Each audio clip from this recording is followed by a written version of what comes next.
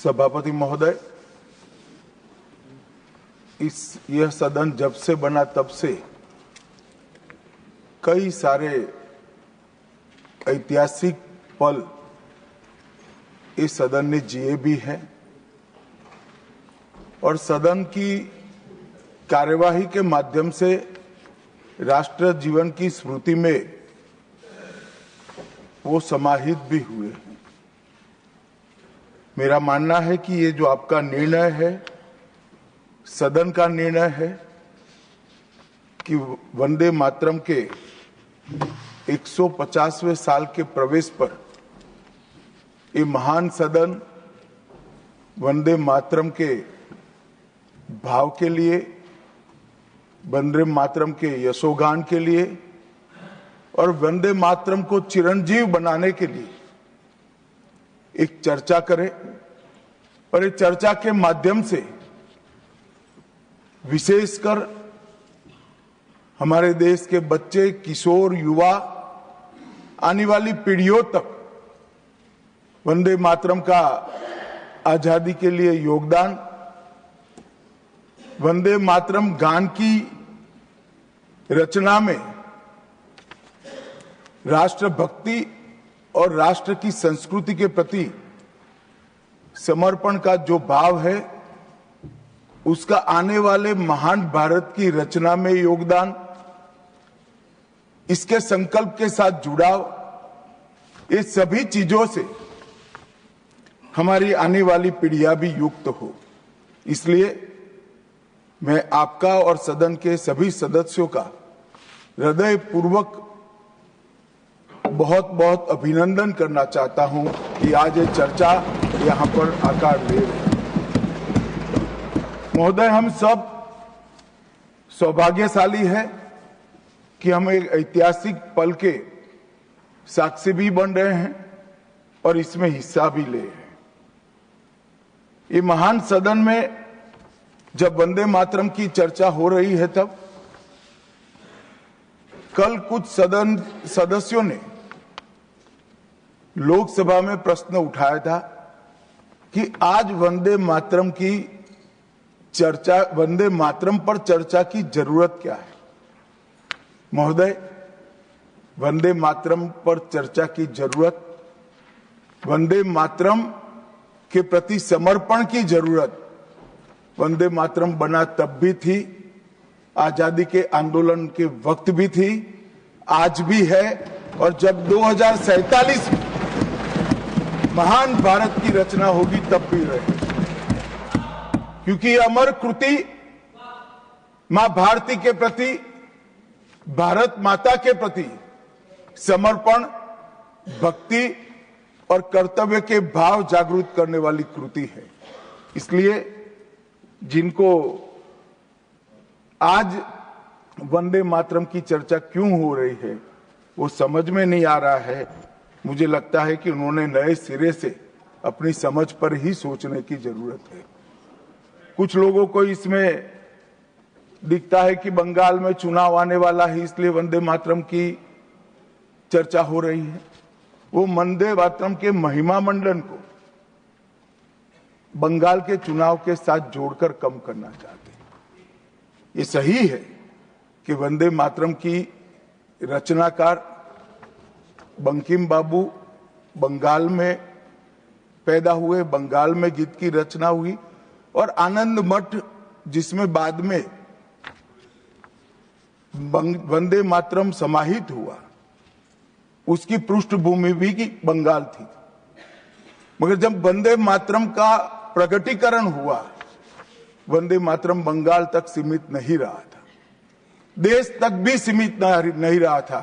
दुनिया भर में जहां पर आजादी के दीवाने थे वो गुप्त बैठक भी करते थे तो पहले वंदे मातरम का गान कर बैठक की शुरुआत। और आज भी सरहद पर हमारा जवान जब अपना सर्वोच्च बलिदान देता है, ये आंतरिक सुरक्षा के लिए देश के पुलिस का जवान सर्वोच्च बलिदान देता है, तो जब वो अपने प्राण त्यागता है, इसके मुंह पर एक ही मंत्र होता है, वो वंदे मातरम। मान्यवर, ये वंदे मातरम का गान, वंदे मातरम का गीत, ये भारत माता को गुलामी की जंजीरों से मुक्त करने का नारा बना था। आजादी के उद्घोष का नारा बन चुका था। आजादी के संग्राम का एक बहुत बड़ा प्रेरणा स्रोत बना था और शहीदों को अंतिम बलिदान, सर्वोच्च बलिदान देते वक्त अगले जन्म में भी भारत में ही जन्म लेकर फिर से मां भारती के लिए बलिदान करने की प्रेरणा वंदे मातरम से मिली। और ये चिर पुरातन राष्ट्र को अनेक सदियों तक अपनी संस्कृति के रास्ते पर आगे बढ़ाने की प्रेरणा भी कई सारे मनुष्यों को इस वंदे मातरम से मिली। वंदे मातरम की दोनों सदनों में इस चर्चा से, वंदे मातरम के महिमा मंडन से, वंदे मातरम के गौरव गान से हमारे बच्चे, किशोर, युवा और आने वाली कई पीढ़ियां वंदे मातरम के महत्व को भी समझेगी और उसको राष्ट्र के पुनर्निर्माण का एक प्रकार से आधार भी बनाएगी। मान्यवर बंकिम चंद्र चट्टोपाध्याय जी ने 7 नवंबर 1875 को वंदे मातरम की रचना उनकी सार्वजनिक हुई। यह दिन कार्तिक शुक्ल नवमी का था। अक्षय नवमी या जगदात्री पूजा के रूप में यह दिन मनाया जाता है। और जब रचना की तब शुरू में कुछ लोगों को लगा कि एक उत्कृष्ट साहित्यिक कृति है, परंतु देखते देखते देखते वंदे मातरम का एक गीत देशभक्ति, त्याग और राष्ट्रीय चेतना का प्रतीक बन गया, जिसने हमारे आजादी के आंदोलन का रास्ता प्रशस्त किया। और कब वंदे मातरम की रचना हुई? वंदे मातरम की रचना की पृष्ठभूमि हम सब ने जरूर याद करनी चाहिए।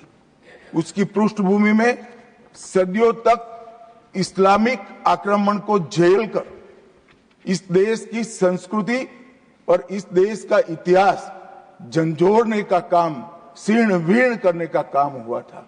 उसके बाद अंग्रेजों ने अपने शासन के काल में, भारत के गुलामी के काल में एक नई सभ्यता, एक नई संस्कृति हमें थोपने का प्रयास किया था। और उस वक्त ये वंदे मातरम का रचना बंकिम बाबू ने की और वो रचना के अंदर बहुत बारीकी से जो हमारी मूल सभ्यता थी, हमारा सांस्कृतिक राष्ट्रवाद था, देश को माता के रूप में कल्पना कर कर देश की माता के रूप में जो कल्पना की, इसकी आराधना करने की हमारी परंपरा थी, उसको उन्होंने पुनः प्रस्तापित किया था। और इसीलिए ये गीत देखते देखते कोई प्रचार के बगैर, उस वक्त ना सोशल मीडिया था, ना प्रचार के कोई साधन थे, उल्टा जो सरकार थी वो तो उसको रोकना चाहती थी, प्रतिबंध लगाती थी। वंदे मातरम बोलने वालों पर कोड़े बरसाए जाते थे, जेल में डाल दिए जाते थे। फिर भी वो सारे प्रतिबंधों को पार कर कर हर एक व्यक्ति के मन को भी छुआ, आत्मा को भी छुआ और अनेक प्रताड़नाएं झेलते हुए भी वंदे मातरम कश्मीर से कन्याकुमारी तक फैल गया। मान्यवर, ये एक प्रकार से भारत के संस्कृति के प्रति श्रद्धा रखने वाले सभी लोगों का पुनः जागरण का मंत्र बन गया। गुलामी के कालखंड में कई मंदिर, विश्वविद्यालय, कला केंद्र, हमारी कृषि व्यवस्था है, हमारी शिक्षा व्यवस्था, कई सारी लाइब्रेरी अस्त व्यस्त हो गई, तोड़ दी गई, शीर्ण वीर्ण कर दी गई, मगर हमारी संस्कृति, उसके भाव को हमारे जनमानस से कोई नहीं मिला। मगर एक जरूरत थी वो भाव को जागरूक करने की और वो भाव को पुनः संगठित करने की। उसी वक्त बंकिम बाबू ने वंदे मातरम की रचना की और देखते देखते वंदे मातरम का नारा अक्रॉस द कंट्री पूरे देश में ट्रैवल कर गया मान्यवर, और अंडमान निकोबार की जेलों तक पहुंच गया। उसको ना अंग्रेज रोक सके, ना अंग्रेजों की सभ्यता को स्वीकारने वाले लोग रोक सके। मान्यवर, वंदे मातरम ने एक ऐसे राष्ट्र को जागरूक किया जो अपनी दिव्य शक्ति को भुला चुका था। राष्ट्र की आत्मा को जागरूक करने का काम वंदे मातरम ने किया। यह इसीलिए महर्षि अरविंद ने कहा, वंदे मातरम भारत के पुनर्जन्म का मंत्र है। श्री अरविंद का ये वाक्य, इसका गर्भित अर्थ वो वंदे मातरम की महत्ता को बताता है। मान्यवर, अरविंद घोष ने यह भी कहा कि देश को एक ऐसे मंत्र की आवश्यकता थी और ईश्वर ने उसे साकार करने के लिए ही बंकिम बाबू को इस भूमि पर भेजा था। श्री अरविंद का वंदे मातरम के लिए भाव बच्चे बच्चे के लिए एक प्रेरणा स्रोत बन गया और हमारे आजादी का नारा बन गया। मान्यवर, हमारे देश को जो लोग समझते हैं, लोग जो जानते हैं, वो सभी लोगों को मालूम है कि हमारा देश पूरी दुनिया में एक प्रकार से अनूठा देश है। दुनिया के कई देशों की रचना अधिनियमों से हुई, कहीं युद्धों के कारण हुई, कहीं युद्ध के बाद संधि के कारण हुई। भारत एकमात्र ऐसा देश है जिसकी सीमाएं कोई अधिनियम से तय नहीं की है। हमारे देश की सीमाएं हमारी संस्कृति ने तय की है और संस्कृति ने इस भारत को जोड़ कर रखा है। और इसीलिए सांस्कृतिक राष्ट्रवाद का जो कंसेप्ट था, उस सांस्कृतिक राष्ट्रवाद के कंसेप्ट को, सांस्कृतिक राष्ट्रवाद के विचार को सबसे पहले गुलामी के कालखंड में जागरूक करने का काम बंकिम चंद्र चट्टोपाध्याय जी ने किया। हम पूरे देश को एक बार फिर से देखें तो हमें मालूम पड़ेगा कि हमारे देश को जोड़ने वाला मंत्र हमारी संस्कृति है। हमारे देश को जोड़ने वाली, एक रखने वाला मंत्र हमारी संस्कृति है। और इसी के कारण वंदे मातरम का जो उद्घोष हुआ, उसने सांस्कृतिक राष्ट्रवाद के सिद्धांत को पहली बार एस्टैब्लिश करने का काम किया। जब अंग्रेजों ने वंदे मातरम पर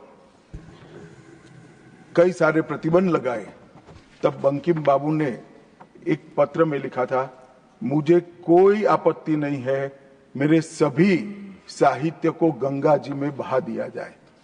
यह मंत्र वंदे मातरम अनंत काल तक जीवित रहेगा। यह एक महान गान होगा और लोगों के हृदय को जीत लेगा और भारत के पुनर्निर्माण का ये मंत्र बनेगा। आज हम देख रहे हैं कि बंकिम बाबू के वो शब्द सच हुए हैं। भले देर से ही सही, ये पूरा राष्ट्र आज सांस्कृतिक राष्ट्रवाद की परिकल्पना को स्वीकार कर आगे बढ़ रहा है। और मान्यवर, हम सब जो भारत माता की संतानें हैं, वो मानते हैं कि ये देश कोई जमीन का टुकड़ा नहीं है। वो उसको हम माँ के रूप में देखते हैं और उसका भक्ति गान भी करते हैं, और वो भक्ति गान की अभिव्यक्ति ही वंदे मातरम। मान्यवर, आज मैं सदन में जब ये चर्चा हो रही है तब बताना चाहता हूं, वंदे मातरम की रचना में हमारे जीवन में देश की, भारत माता की कल्पना का जो योगदान है, उसको बहुत अच्छे तरीके से भावना के साथ वर्णन किया है। जल, फल और समृद्धि तीनों की दायिनी भारत माता को बताया गया। शोभित पुष्पों से मन को प्रफुल्लित करने वाली भी भारत माता को बताया गया। सरस्वती, लक्ष्मी, दुर्गा, ये तीनों का जो स्वरूप है वो भारत माता है। एक प्रकार से हमारा समृद्धि, हमारी सुरक्षा, हमारा ज्ञान, हमारा विज्ञान, ये सब भारत माँ की ही कृपा है और उसकी आराधना से ही प्राप्त हो सकता है। इतना बड़ा एक संकल्प बंकिम बाबू ने रखा। दुर्गा की वीरता, लक्ष्मी की संपन्नता और सरस्वती की मेघा, ये तीनों हमें भारत माँ की कृपा ही दे सकती है, या मिट्टी ही दे सकती है। इसीलिए इसको बार बार प्रणाम करना चाहिए, माँ को प्रणाम करना चाहिए। मान्यवर, एक प्रकार से जिसकी उद्घोषणा 150 साल पहले बंकिम बाबू ने की, ये विचार तो बहुत चिर पुरातन है। रामायण के अंदर प्रभु श्री राम ने भी जब उनको सलाह दी गई कि इतनी वैभवशाली लंका है, आप लंका जीत ही लिए हो, तब अयोध्या जाकर क्या करना है, यहीं रह जाते हैं। तब उन्होंने कहा कि माता और मातृभूमि ईश्वर से भी बड़ी होती है, मैं माता और मातृभूमि का त्याग करूं। मातृभूमि के महिमा मंडन प्रभु श्री राम ने भी किया। मातृभूमि का महिमा मंडन आचार्य शंकर ने भी किया और मातृभूमि का महिमा मंडन आचार्य चाणक्य ने भी किया। ये सभी ने समय समय पर हमारे अस्तित्व को मातृभूमि के साथ जोड़ने का काम किया। मातृभूमि ही हमें पहचान देती है, वही हमें भाषा देती है, वही सभ्य जीवन जीने की संस्कृति का आधार बनाती है और वही हमारे जीवन को ऊपर उठाने का अवसर देती है। इसलिए मातृभूमि से ज्यादा कुछ हो नहीं सकता। ये भाव जो चिर पुरातन भाव था, उसको बंकिम बाबू ने पुनर्जीवित किया और वो घनघोर रात्रि जैसे गुलामी के कालखंड के अंदर जैसे एक बिजली प्रकाश फैला देती है, उसी प्रकार से वंदे मातरम के गान ने घनघोर अंधेरे के अंदर, जन जन के अंदर गुलामी की मानसिकता छोड़कर आजादी की प्राप्ति, स्वराज की प्राप्ति का एक जोश जगाने का काम किया। मान्यवर, महर्षि अरविंद ने वंदे मातरम को गीत नहीं, हमारी आध्यात्मिक शक्ति का प्रतीक माना। उन्होंने बहुत सुंदर तरीके से वर्णन किया है कि स्थूल, सूक्ष्म और कारण तीनों प्रकार से वंदे मातरम भारत की शक्ति को जगाता है। स्थूल शरीर, वंदे मातरम का उच्चारण हमारी शरीर में शक्ति और उत्साह भरता है। राष्ट्रभक्ति की क्रिया प्रक्रिया शक्ति को जगाती है। सूक्ष्म शरीर हमारे भावनाएं, हमारे विचारों को वो शुद्ध करता है और हमारी चेतना को वो जागरूक करता है। और कारण आध्यात्मिक शरीर में भी उन्होंने कहा कि बंकिम बाबू एक ऋषि चेतना से प्राप्त मेघा से ही वंदे मातरम की रचना की है। और बहुत अच्छे तरीके से उन्होंने कहा, ये गीत केवल देशभक्ति की, देश प्रेम की अभिव्यक्ति नहीं है, बल्कि भारत माता की दिव्य शक्ति का आह्वान है। भारत की मूल चेतना, सनातन शक्ति, उसको पुनर्जीवित करने का ये वंदे मातरम मंत्र है। और इसीलिए आजादी के वक्त सभी हमारे नेताओं ने वंदे मातरम को आजादी के आंदोलन का आधार बनाने का काम किया। कई सारे हमारे आजादी के संग्राम के सेनानी जिनको अंग्रेजों ने फांसी पर चढ़ाया, इस सब में एक चीज सामान्य निकल कर आती है, तो फांसी के तख्ते पर चढ़ते चढ़ते जो शहीद अंतिम शब्द बोले, वो सभी के मुंह से वंदे मातरम ही निकला। स्वदेशी का आह्वान करना हो, विदेशी माल का बहिष्कार करना हो, राष्ट्रीय शिक्षा का आह्वान जगाना हो, हर वक्त राष्ट्रभक्ति जगाते वक्त वंदे मातरम का उद्घोष इस देश ने सुना भी, इस देश ने महसूस भी किया। पंजाब के गदर आंदोलन में वंदे मातरम के शीर्षक से कई पर्चे बांटे गए। महाराष्ट्र में वंदे मातरम के विशेष अंक गणपति और शिवाजी के उत्सव में बांटे जाते थे। तमिलनाडु में सुब्रह्मण्यम भारती जी ने तमिल अनुवाद कर हिंद महासागर को भी क्रांति की चेतना से आंदोलित कर दिया था। मान्यवर, 1907 में कलकत्ता में वंदे मातरम नाम का एक अंग्रेजी अखबार शुरू हुआ, जिसके संपादक महर्षि अरविंद थे। ब्रिटिश सरकार ने उसको सबसे खतरनाक राष्ट्रवादी पत्र माना।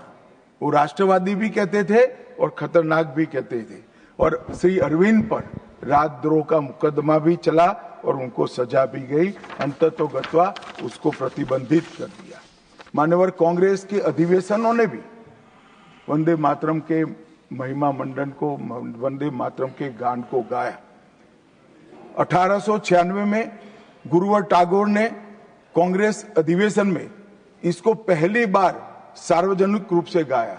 1905 में कांग्रेस के वाराणसी अधिवेशन में महान कवियत्री गायिका सरला देवी चौधरानी ने पूर्ण वंदे मातरम का गायन किया। और 15 अगस्त 1947 को जब देश आजाद हुआ, सुबह 6:30 बजे सरदार पटेल के आग्रह पर पंडित ओमकारनाथ ठाकुर जी ने आकाशवाणी से अपने मधुर स्वर में वंदे मातरम का गान कर देश को भावुक कर दिया। और ये सभी भावना को देखते हुए संविधान सभा की अंतिम बैठक 24 जनवरी 1950 को संविधान सभा के अध्यक्ष राजेंद्र प्रसाद जी की अध्यक्षता में जो हुई, उसमें राष्ट्रगान के बराबर सम्मान देते हुए वंदे मातरम को राष्ट्रगीत घोषित करने का काम किया। मान्यवर, मैं कल देख रहा था कांग्रेस के कई सदस्य आज वंदे मातरम की चर्चा क्यों जरूरी है और इसको एक राजनीतिक हथकंडा या तो मुद्दों पर से ध्यान भटकाने का एक हथियार मानते थे। मान्यवर, मुद्दों पर चर्चा करने से कोई नहीं डरता है। संसद का बहिष्कार हम नहीं करते हैं। संसद का बहिष्कार अगर करना है, संसद का बहिष्कार न करे, संसद चलने दे, तो सब मुद्दों पर चर्चा होगी। हमें कुछ डरने जैसा नहीं है, छिपाने जैसा नहीं है। कोई भी मुद्दा हो, हम चर्चा करने के लिए तैयार है। परंतु वंदे मातरम के गान की चर्चा को, वंदे मातरम के गान पर की चर्चा को टालने की ये मानसिकता ये नई नहीं। मान्यवर, ये तो वंदे मातरम का 150वां साल है। हर महान रचना का, हर महान घटना का महत्वपूर्ण साल कई मायनों में हमारे देश में मनाता जाता है। तो ये तो 150वां साल है। अब हम थोड़ा पीछे मुड़कर देखते हैं। मान्यवर, जब वंदे मातरम के 50 साल हुए तब क्या हुआ? वंदे मातरम के 50 साल हुए, देश आजाद नहीं हुआ था। और वंदे मातरम की स्वर्ण जयंती हुई 1937 में। तब जवाहरलाल नेहरू जी ने वंदे मातरम के 2 टुकड़े कर उसको 2 अंतरों तक सीमित करने का काम कांग्रेस पार्टी की 50वें साल में जो एक प्रकार से वंदे मातरम का महिमा मंडन करने की पद्धति थी,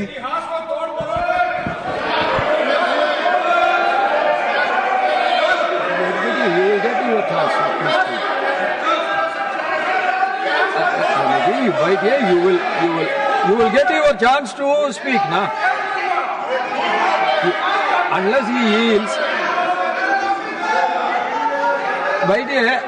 unless he yields, how I can? Unless he yields, how I can? मान्यवर, 1 मिनट में उनको बहुत समय दिया गया, अपने समय पर बोले ना, मुझे कोई आपत्ति नहीं। आपका समय, खड़गे साहब आपका समय आएगा। Garge ji, सभापति you are going to get your time. Please wait. Garge ji, you are going to get your time. Please wait. Let him speak.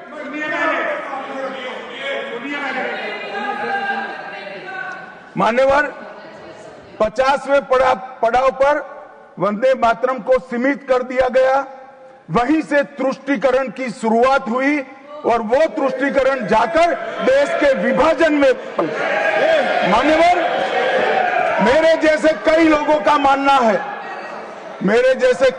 का मानना है कांग्रेस पार्टी को पसंद आए ना आए, अगर वंदे मातरम के तुष्टीकरण की नीति के तहत 2 टुकड़े न करते तो देश का बंटवारा नहीं होता और देश पूरा होता। मान्यवर, 50 साल के बाद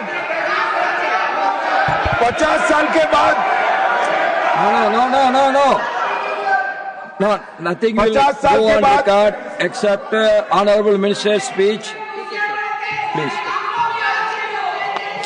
मान्यवर, 50 साल के बाद वंदे मातरम 100 साल का हुआ। सबको था कि 100 साल मनाए जाएंगे, 100 साल मनाए जाएंगे, मगर 100 साल हुआ तब वंदे मातरम का महिमा मंडन का सवाल ही नहीं था, क्योंकि वंदे मातरम बोलने वाले जो सारे लोग थे उनको इंदिरा जी ने जेल में बंद कर दिया। इस देश में आपातकाल लगाया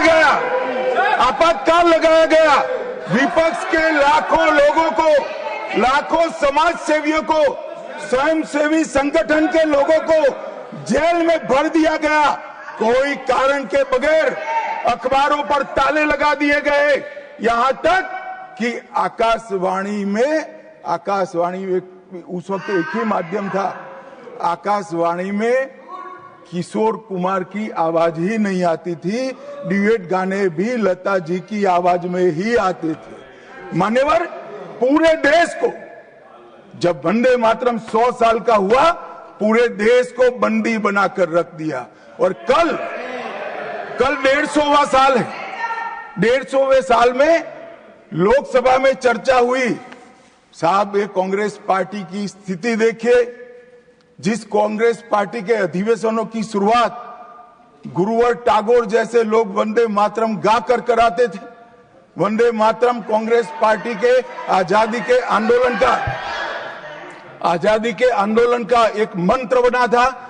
वो वंदे मातरम के महिमा मंडन करने के लिए जब लोकसभा में चर्चा हुई, गांधी परिवार के दोनों सदस्य नदारद थे, दो में से एक भी। वंदे मातरम का विरोध आज भी जवाहरलाल नेहरू से लेकर आज के कांग्रेस के नेतृत्व तक कांग्रेस के खून के अंदर बसा। मान्यवर,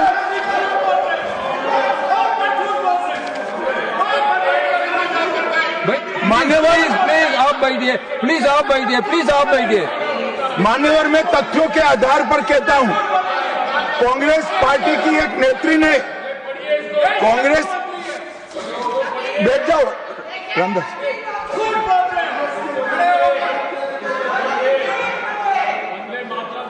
अरे दिग्विजय जी, अब नौकरी पक्की है, इस आयु में क्या कर रहे हो भैया, अब नहीं जाएगी नौकरी। मान्यवर, मैं जो कह रहा हूं वो रिकॉर्ड का हिस्सा है दूसरे सदन का। मान्यवर, दूसरे सदन की चर्चा में कांग्रेस पार्टी की एक प्रमुख नेत्री ने कहा है कि वंदे मातरम की आज चर्चा की कोई जरूरत नहीं है। मुझे मालूम नहीं पड़ता कि वंदे मातरम से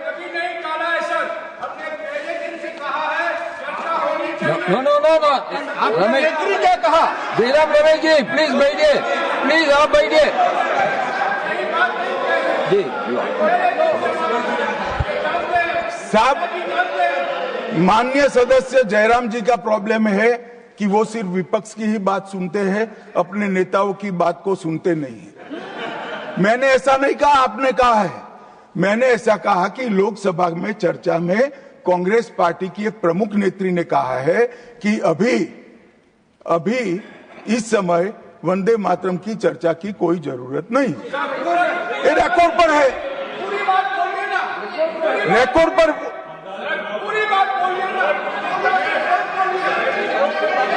मान्यवर, आप बैठिए।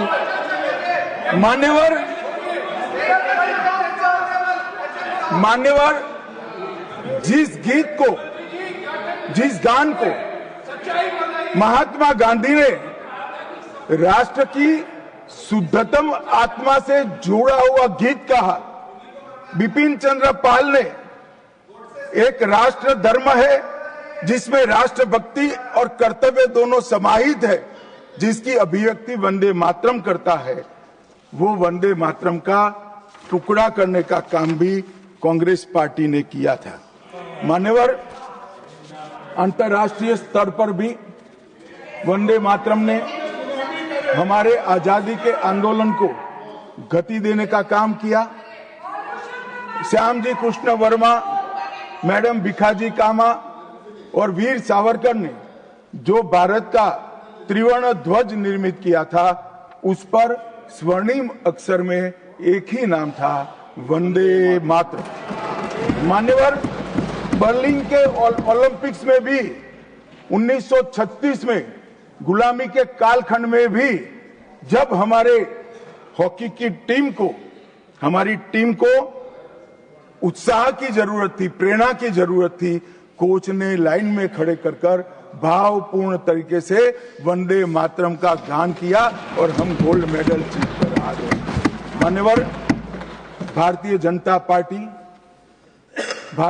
पार्टी की रचना हुई तब से हमारी तो पार्टी की रचना ही सांस्कृतिक राष्ट्रवाद और ये देश अपने मूल संस्कृति के आधार पर, मूल विचारों के आधार पर चलना चाहिए, पाश्चात्य संस्कृति के आधार पर नहीं चलना चाहिए। इसीलिए हमारी पार्टी की स्थापना थी। मान्यवर, इस संसद में वंदे मातरम के गान को बंद करा दिया है।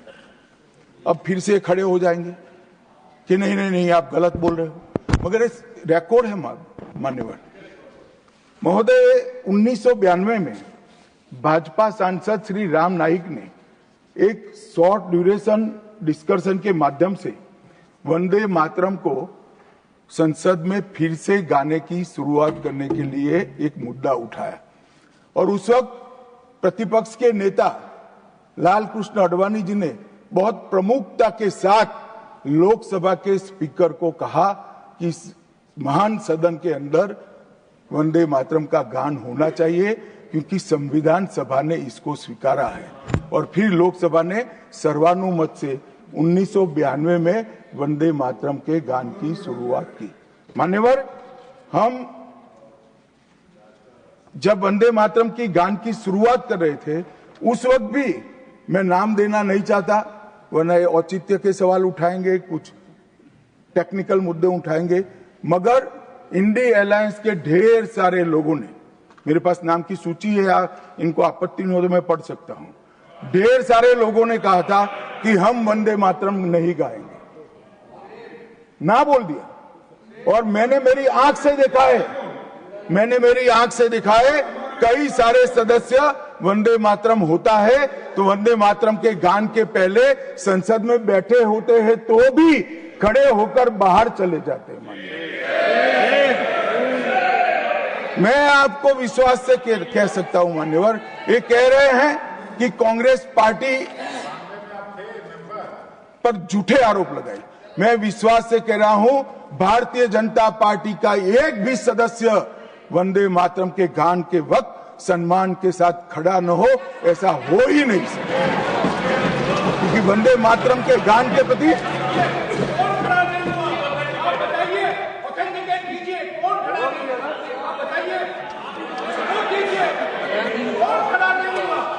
आप बैठिए, आप बोथ बैठिए प्लीज, आप बोथ बैठिए प्लीज।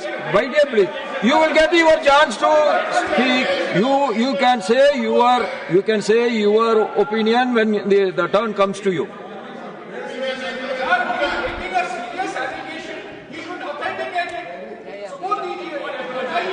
मान्यवर, अरे सुनो तो, बोल क्या करते हो भैया, मुझे सुनो तो। मान्यवर, सम्मानीय सदस्य जी ने कहा है कि कौन कौन कांग्रेस पार्टी के लोगों ने वंदे मातरम नहीं गाने के लिए स्टेटमेंट दिया है और संसद के वक्त बाहर चले गए हैं। मैं इसकी सूची आज शाम होने के पहले सदन के पटल पर रख दूंगा। मेरा विनंती है कि वो कांग्रेस सदस्यों के नाम इस चर्चा का हिस्सा करने के लिए आप आदेश करिएगा। इस सदन की चर्चा के रिकॉर्ड पर रहना चाहिए कि कांग्रेस पार्टी के सदस्य वंदे मातरम का विरोध करते हैं। इस देश की जनता इनको जाननी चाहिए। मान्यवर, मैं दे देता हूं, दिग्विजय सिंह पढ़ लीजिएगा।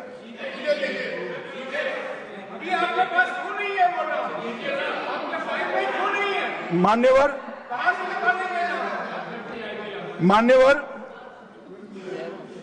वंदे बंकिम चंद्र चटर्जी की, चट्टोपाध्याय जी की 130वीं जयंती पर हमारी सरकार ने, डाक विभाग ने एक स्टैंप जारी किया। स्वतंत्रता की 75 की वर्षगांठ के उपलक्ष्य में हर घर तिरंगा का अभियान भी हमने करा और उस वक्त हमारे प्रधानमंत्री जी ने जनता का आह्वान किया था कि तिरंगा फहराते वक्त वंदे मातरम बोलना नहीं भूलना चाहिए। और मान्यवर, ये वंदे मातरम की 150वीं वर्षगांठ, उसको भी भारत सरकार बहुत अच्छे तरीके से हमने मनाने का तय किया है। 1 अक्टूबर 2025 को केंद्रीय मंत्रिमंडल ने पूरा वर्ष वंदे मातरम के यशोगान में मनाया जाएगा, इसका प्रस्ताव पारित किया। 24 अक्टूबर 25 को राष्ट्रीय और अंतर्राष्ट्रीय स्तर पर समन्वयित कार्यक्रमों की रूपरेखा तय की गई।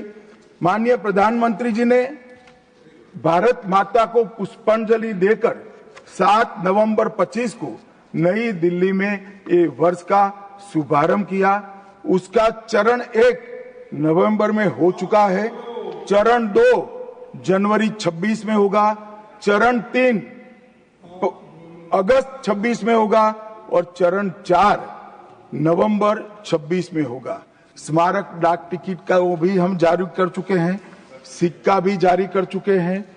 वंदे मातरम नाद एकम रूप अनेकम ऐसे शीर्षक से 75 वादकों द्वारा विशेष सांस्कृतिक प्रस्तुतिकरण की रचना भी हो चुकी है और सुबह 10 बजे उस दिन 7 नवंबर को देश भर में सामूहिक वंदे मातरम का गान भी भारत सरकार के आह्वान पर देश की जनता ने किया। मान्यवर, वंदे मातरम के 150 वर्ष, इसकी डॉक्यूमेंट्री और प्रदर्शनी बनाई गई है हर जिला सेंटर पर, और हो सके तो तहसील सेंटर पर उसको दिखाया जाएगा। डिजिटल मोड पर करोड़ों लोगों को वो प्रदर्शनी भी भेजी जाएगी। ऑल इंडिया रेडियो, दूरदर्शन और FM चैनलों पर विशेष कार्यक्रमों को प्रसारित करने का हमने आयोजन किया है। प्रेस सूचना ब्यूरो द्वारा टायर T2 और टायर 3 शहरों में चर्चा सभाएं का आयोजन होने वाला है। सभी भारतीय दूतावासों में वंदे मातरम आधारित सांस्कृतिक संध्याएं आयोजित होने वाली है। Vande Mataram salute to mother earth के तहत वृक्षारोपण अभियान चालू है। हाईवे पर देशभक्ति आधारित वंदे मातरम के इतिहास को दर्शाते हुए भित्ति चित्र भी हम रखने वाले हैं। रेलवे स्टेशन और हवाई अड्डों पर LED डिस्प्ले के माध्यम से सार्वजनिक घोषणा भी होगी और वंदे मातरम और बंकिम चंद्र चट्टोपाध्याय जी पर 25 लघु फिल्में 1-1 मिनट की बनाने का भी हमने शुरुआत कर लिया है। मान्यवर, देश के प्रधानमंत्री जी ने लाल किले से अमृत काल के लिए पंच प्रण की घोषणा की थी। इसमें एक, जब देश आजादी की शताब्दी मनाता हो उस वक्त विकसित भारत का लक्ष्य हमने तय करना है। गुलामी की हर मानसिकता से मुक्ति प्राप्त करनी है। अपनी विरासत पर गर्व लेना है। देश की एकता और एकजुटता और अखंडितता को हमें संभाल कर रखना है और नागरिकों में कर्तव्य की भावना को हमें आगे बढ़ाना है। मान्यवर, जब देश के आजादी के 75 साल हुए, कोरोना काल होने के बावजूद 2 साल तक पूरे देश के हर गांव-गांव में आजादी के अमृत महोत्सव को मनाया गया। अमृत महोत्सव के माध्यम से इस देश की युवा पीढ़ी को हमारी 1857 से 1947 तक की पूरी आजादी के संघर्ष को हमारे युवाओं को परिचित कराया। कई नामी कई अनामी जिनके नाम भी इतिहास में दर्ज नहीं हुए, ऐसे स्वतंत्रता संग्राम के नायकों को ढूंढकर उनके स्मारक बनाए गए। देश भर में कई कार्यक्रम हुए और देशभक्ति का एक नया ज्वार खड़ा करने का प्रयास आजादी के बाद पहली बार 75 साल जब मनाए गए तब हुआ। और वहां से अटके नहीं, माननीय प्रधानमंत्री जी ने अमृत काल का विचार रखा। आजाद हुए तब से 75 साल जितनी भी सरकारें आई, अच्छा काम किया, सबने देश को बहुत आगे बढ़ाया है। हमने हमारे लोकतंत्र को पाताल से भी गहरा पहुंचाया है। हमारे लोकतंत्र की जड़ें आज मजबूत हो चुकी है मान्यवर। मगर 75 से 100 साल का एक कालखंड अमृत काल के रूप में इसका नामकरण प्रधानमंत्री नरेंद्र मोदी जी ने करा और देश के युवाओं के सामने एक संकल्प रखा मान्यवर कि आजादी का अमृत महोत्सव से आजादी की शताब्दी तक ये जो पूरा कालखंड है वो देश को महान बनाने का कालखंड के रूप में हम उसको चैलेंज के रूप में लेंगे, एक चुनौती के रूप में लेंगे। और जब आजादी की शताब्दी मनाई जाएगी, ये देश पूरे विश्व में हर क्षेत्र में नंबर 1 पर होगा। ऐसे देश और मान्यवर संकल्प आज प्रधानमंत्री जी का अकेले का नहीं है, कोई एक पॉलिटिकल पार्टी का नहीं है। कुछ लोग भले उसको राजनीतिक नारा समझते हो, मगर ये संकल्प 140 करोड़ भारतीयों का संकल्प है और ये पूरा होकर, और इसीलिए ये दैव योगी ही है कि जब अमृत काल हम मना रहे हैं तभी वंदे मातरम के 150वां साल आज आया है। और फिर से एक बार इसके माध्यम से हम राष्ट्रभक्ति को जगाने का काम करेंगे। मान्यवर, मैंने पहले भी कहा कि वंदे मातरम काल बाह्य कभी नहीं होगा। उसकी रचना हुई तब भी उसकी इतनी ही जरूरत थी जितनी आज है। और मान्यवर, उस जमाने में वंदे मातरम देश को आजाद बनाने का कारण बना और अमृत काल में देश को विकसित और देश को महान बनने का नारा वंदे मातरम बनेगा, इसका मुझे पूरा विश्वास है। और मैं मानता हूं कि सदन में बैठे हुए सभी सदस्यों की साझी जिम्मेदारी है कि हम बच्चे के मन में वंदे मातरम के संस्कार पुनः जागृत करें, हर युवा के मन में वंदे मातरम के नारे को प्रस्तापित करें, हर किशोर को वंदे मातरम की व्याख्या के रास्ते पर अपना जीवन समर्पित करने के लिए उसको प्रेरित करें। और वंदे मातरम का ये उद्घोष ही हमारे आजादी के सेनानियों ने जो भारत की कल्पना की थी वो भारत की रचना का कारण बनेगा। और मैं मानता हूं कि सदन की भावना हमारी युवा पीढ़ी तक विशेषकर पहुंचेगी, इसका मुझे पूरा विश्वास है। आपने मुझे समय दिया, इसलिए मैं आपका पूरा धन्यवाद कर मेरी वाणी को